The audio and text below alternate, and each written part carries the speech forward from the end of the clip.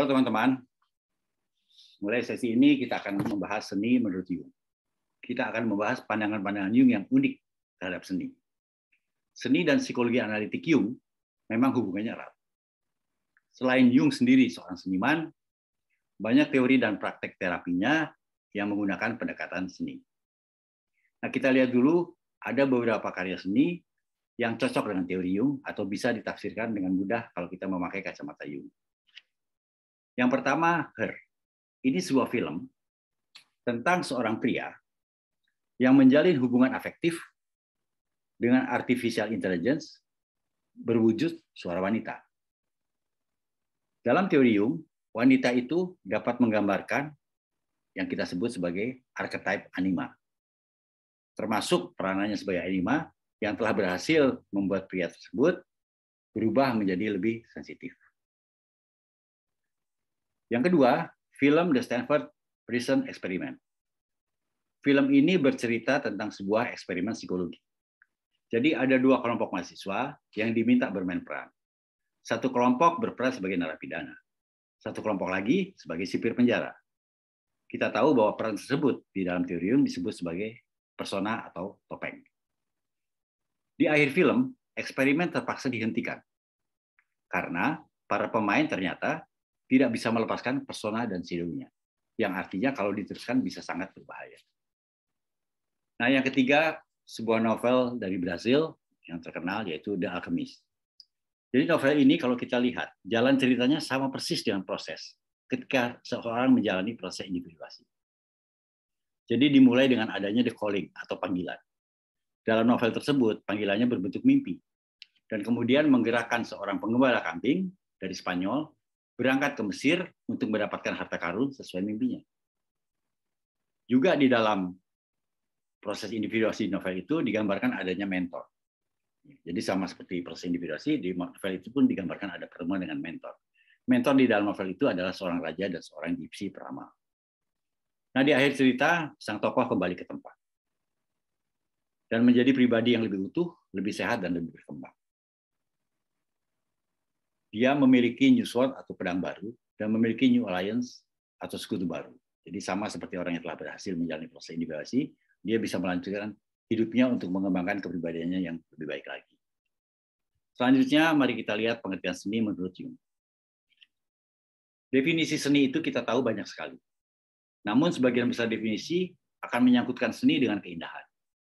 Nah, Jung sendiri berpendapat bahwa keindahan dan seni itu tidak selalu menyatu. Kalimat persisnya yang katakan adalah, beauty does not indeed lie in things, but in the feeling that we give to them. Artinya, menurut Jung, seni itu ya sama seperti nature, atau seperti alam. Keindahannya itu bukan pada barangnya atau karya seninya, ya, tapi pada feeling yang kita berikan. Bahkan secara singkat, Jung mengatakan, art has no meaning. Sebuah karya seni tidak memiliki makna apapun. Karena kemudian yang mengatakan atau memberi makna indah atau tidak indah adalah orang yang mengamatinya. Jadi keindahan itu sendiri tidak melekat pada karya seni, tapi diberikan oleh orang yang mengamatinya. Jadi keindahan itu sangat subjektif. Oleh sebab itu mudah dipahami mengapa, sebagai misal, sebuah lukisan atau karya seni yang lain, bagi seseorang sangat biasa, tapi di pandangan orang lain sangat luar biasa. Jadi lebih baik bila kita mengatakan bahwa tidak ada karya seni, entah itu lukisan, musik, film, drama, yang buruk. Setiap karya seni akan memiliki penggemarnya sendiri. Karena keindahan, bagaimanapun memang subjektif. Namun, Jung juga mengakui bahwa ada yang namanya intrasubjektif dalam karya seni. Ada konsensus yang dibuat oleh orang banyak. Konsensus untuk menetapkan bagus tidaknya sebuah karya seni. Sebagai contoh kita lihat dari 4 lukisan yang di depan kita. Mona Lisa dari Leonardo da Vinci, lukisan abstrak dari de Kooning, kemudian lukisan bermain kartu dari Cézanne, dan lukisan abstrak lagi dari Van Gogh. Hampir semua atau sebagian besar kolektor pasti mengatakan 4 lukisan ini indah. Namun tidak semua orang bisa mengatakan itu indah. Ada banyak orang juga yang akan mengatakan itu biasa-biasa saja. Bahkan mungkin mereka tercengang kalau melihat lukisan yang kedua, yang de Kooning, Cézanne, dan Rothko itu memiliki nilai komersial yang tinggi di dalam lelang internasional. Tentu mereka tidak harus mengerti. Jadi, walau bagaimanapun, tetap subjektivitas berperan. Namun ada konsensus, ada objektivitas yang disebut objective values, yang keabsahannya sekali lagi ditentukan oleh konsensus.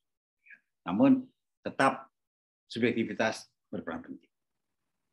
Nah, begitulah teman-teman sesi pertama tentang seni ya. Jadi kita di sesi-sesi selanjutnya kita juga akan membahas tentang bagaimana sebuah proses kreatif itu berlangsung menurut Jung. Bagaimana impuls kreatif yang bersumber dari ketidaksadaran bisa menyusup dan menguasai ego sang seniman di dalam melahirkan karya seninya. Kita juga akan membahas pandangan Jung tentang siapakah seniman menurut dia. Karena menurut Jung, seniman itu impersonal. Seniman itu hanya alat, seniman itu instrumen dari sebuah proses kreatif. Kita juga akan membahas art terapi yang sangat populer ya. Kita akan lihat bagaimana art terapi berguna untuk membaca archetype yang kita miliki dan juga memeriksa problem-problem yang ada di dalam ketidaksadaran kita yang mengganggu kesadaran kita. Baik teman-teman, demikian. Terima kasih dan salam.